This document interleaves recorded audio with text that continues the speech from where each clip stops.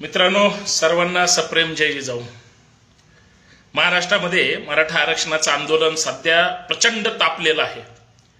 आरक्षणाचा तवा जेवढा गरम झालेला आहे तेवढे बरेच त्या तव्यावर विरोधाचे फुटाणे सुद्धा तडतड करतायत, भाजले जात आहेत।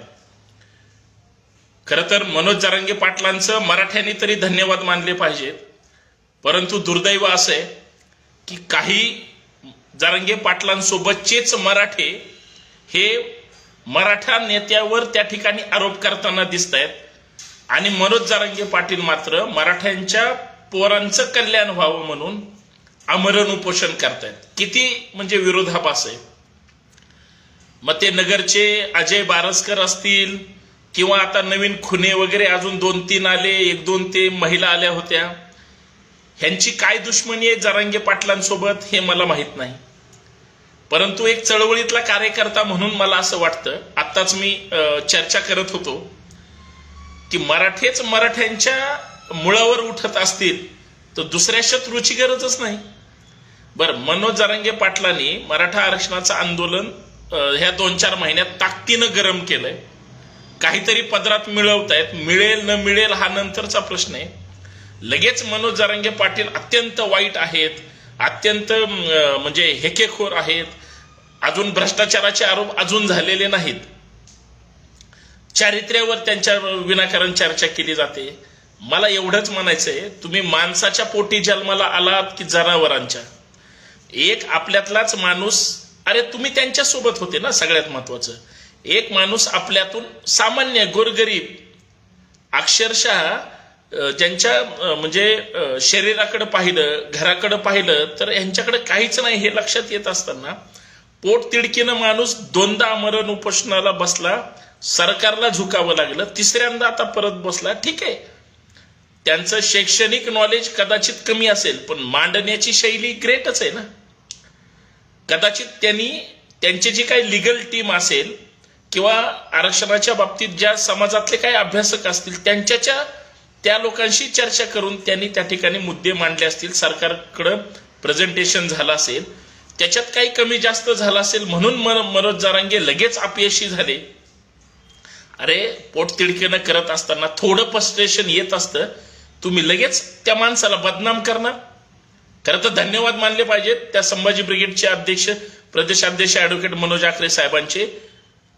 एवढं सगळं होऊन सुद्धा ते खंबीरपणे जरांगे पाटलांच्या पाठीशी राहिले, कारण चळवळीची तशी विचारधाराच आहे, कुणीही अडचणीत असू द्या खंबीरपणे पाठीशी उभं राहिलं पाहिजे।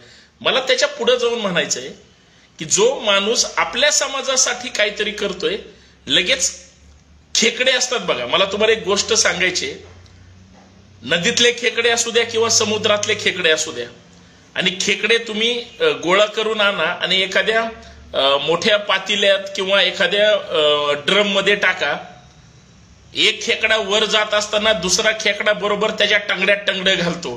कशासाठी घालतो? त्या वरच्या खेकड्याला पुढे जाऊ द्यायचं नाही म्हणून हा खेकडा टंगड्यात टंगडे घालतो। आज तीच खेकड्याची उपमा मी आता कुणाला द्यायची? समाजाला द्यायची का ह्या विरोध करणाऱ्या नेत्यांना द्यायची? बर, जरांगे पाटील हे वाईट आहेत हे सांगण्यासाठी तुम्हाला पत्रकार परिषद घ्यावी लागते। तुम्ही 5 स्टार हॉटेलमध्ये राहता, तुम्हाला कदाचित सरकारचं संरक्षण मिळेल, पोलीस संरक्षण मिळेल, 4 दिवस तुम्ही प्रसिद्धीत राहाल, 5वा दिवस रंडक म्हणून फिरावं लागेल, कारण समाज विचारणार नाही, घरातले किंमत देणार नाही, गावातले तुम्हाला किंमत देणार नाही। जसं मी नेहमी सांगत असतो, तुम्हाला जर माहित असेल नसेल तर आत्ता परत सांगतो, सोशल मीडिया काही तासासाठी जर बंद पडलं ना, बऱ्याच जणांचं जगणं मुश्किल होईल, वेड्यासारखे होतील आणि खास करून रंडके होतील माणसं, ते सोशल मीडिया नाही बघितलं तर। तसं हे जे आरोप करणारे जे काही विरोधक नावाची जमात आहे, ह्यांना जर समाजाने नाही विचारलं ना, तर ह्यांना कुत्रं सुद्धा नंतर विचारणार नाही, किंमत देणार नाही। मला ते एवढं बी वाईट बोलायचं नाही, तेवढं बोलायचा मला अधिकार पण नाही, परंतु हे सगळं कशासाठी करता? का त्या माणसाला बदनाम करता? मी मनोज जरांगे पाटलांचा समर्थक सुद्धा नाही आणि मनोज जरांगे पाटलांचा विरोधक सुद्धा नाही। मला असं वाटतं की महाराष्ट्रामध्ये आरक्षणाचं आंदोलन एवढं गरम झालंय ताकदीने आणि तुम्ही आम्ही आरक्षण समर्थक आहोत आणि मुलाबाळांच्या कल्याणासाठी हा माणूस भांडतोय, त्याच्यातल्या चुका काढून तुम्ही काय दिवे लावणार आहेत? बरं, तुमची पात्रता काय? किती लोक तुम्हाला किंमत देतात? बघा, जे जरांगेच्या विरोधात पत्रकार परिषद घेतात त्यांनी 5 माणसाच्या वर 6वा माणूस दाखवावा. 5 माणसं सुद्धा नाहीयेत ह्या लोकांकडे. असं नाही केलं पाहिजे. बरं, बदनाम करून तुम्ही अख्खी आरक्षण चळवळ बदनाम करताय. नेता निर्माण व्हायला, मोठा व्हायला खूप काळ जातो, खूप संघर्ष करावा लागतो. नेता असं म्हणजे युट्यूब वरून डाउनलोड होत नसतो. नेता असं एखादी फाईल डाउनलोड केल्यासारखी होत नाही. नेता स्वतःचे चांगले सुखाचे दिवस अगोदर सामाजिक संघर्षासाठी दान करतो, संघर्ष करतो आणि मग त्याला चांगले दिवस मिळतात. तुम्ही काय भुसनाळ्यानं कोणाची तरी सुपारी घेऊन काहीतरी बोलणार? खर तर बघा, समाज माध्यम किंवा मीडिया असेल ह्याच्या समोर चमकण्यासाठी तुम्ही एखाद्याविषयी कितीही गरळ ओकणार असाल तर हा शुद्ध खोटारडेपणा आहे. मला आता म्हणजे परत त्या बावस्करांनी जी काही प्रेस घेतली, मला त्या माणसाची इतकी कीव आली. अरे, तू कुणाच्या विरोधात बोलतोय? बर, ठीक आहे, त्यांना नाही कुणालाच मोठं होऊ द्यायचं. कुणीच मोठं झालं नाही का? आजपर्यंत जे संघर्ष करणारे कार्यकर्ते होते, समन्वयक होते, भले कुणी पैसे जमवले असतील, वेळ देणाराच माणूस आणि संघर्ष काम करणाराच माणूस चुका करत असतो. अजय बारसकरांनी घरात बसलेल्या एखाद्या मराठ्यावर टीका करून दाखवावी का? तर तो घराच्या बाहेरच पडत नाही, त्याच्यावर काय टीका करणार? म्हणजे काय, म्हणजे तुम्ही मिळवता काय?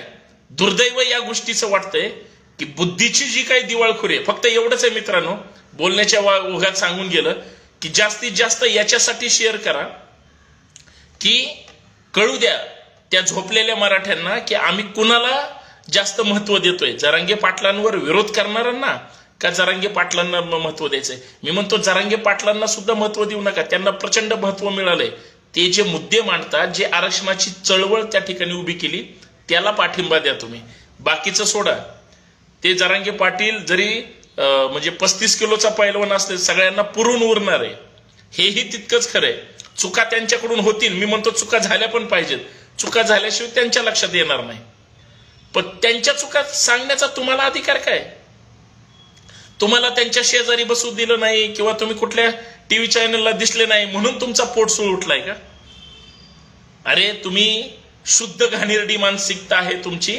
तुम्ही विनाकारण टीका करताय. आणि सगळ्यात महत्वाचं दुर्दैव काय, सरकार नावाची अशी एक फॅक्टरी आहे, जमात आहे, जी तुमचं आंदोलन फोडण्यासाठी प्रयत्न करणार आहे, जे तुम्हाला बदनाम करण्यासाठी प्रयत्न करणार आहे, तुमच्यातली काही लोक विकत घेण्यासाठी प्रयत्न करणार आहे, तुमच्या चारित्र्यावर शिंतोळ उडवण्यासाठी काहीतरी टीम तयार करणार आहे.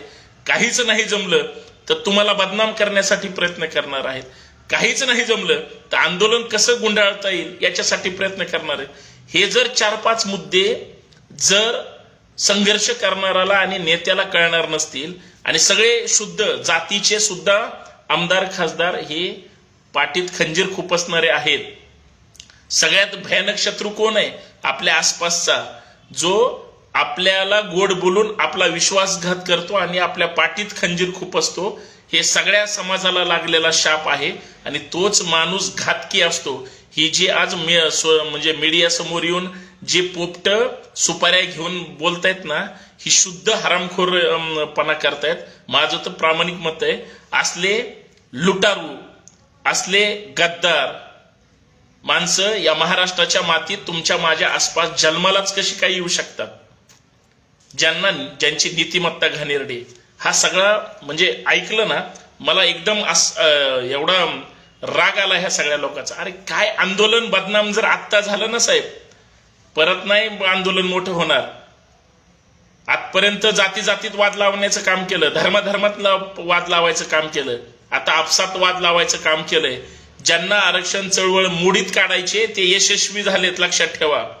रेशीम बागेत असू दे किंवा मोती बागेतून आदेश निघालेला असू द्या, या सगळ्यांना आरक्षण तुम्हाला द्यायचं नाही आणि जे आरक्षण विरोधी आहेत ते सत्तेमध्ये आहेत आणि त्यांना आरक्षणाची चळवळ मोडीत काढायची.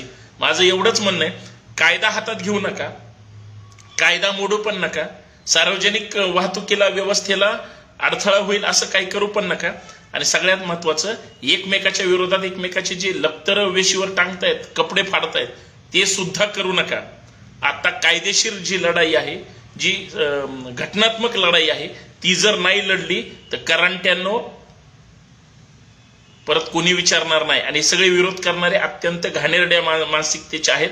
यांच्यापासून सावध राहा आणि ह्यांना साधा सरळ आहे, ह्यांना नामोल्लेखाने मारा, ह्यांच्यावर म्हणजे शाब्दिक बंदी घाला, यांची चर्चा पण करू नका.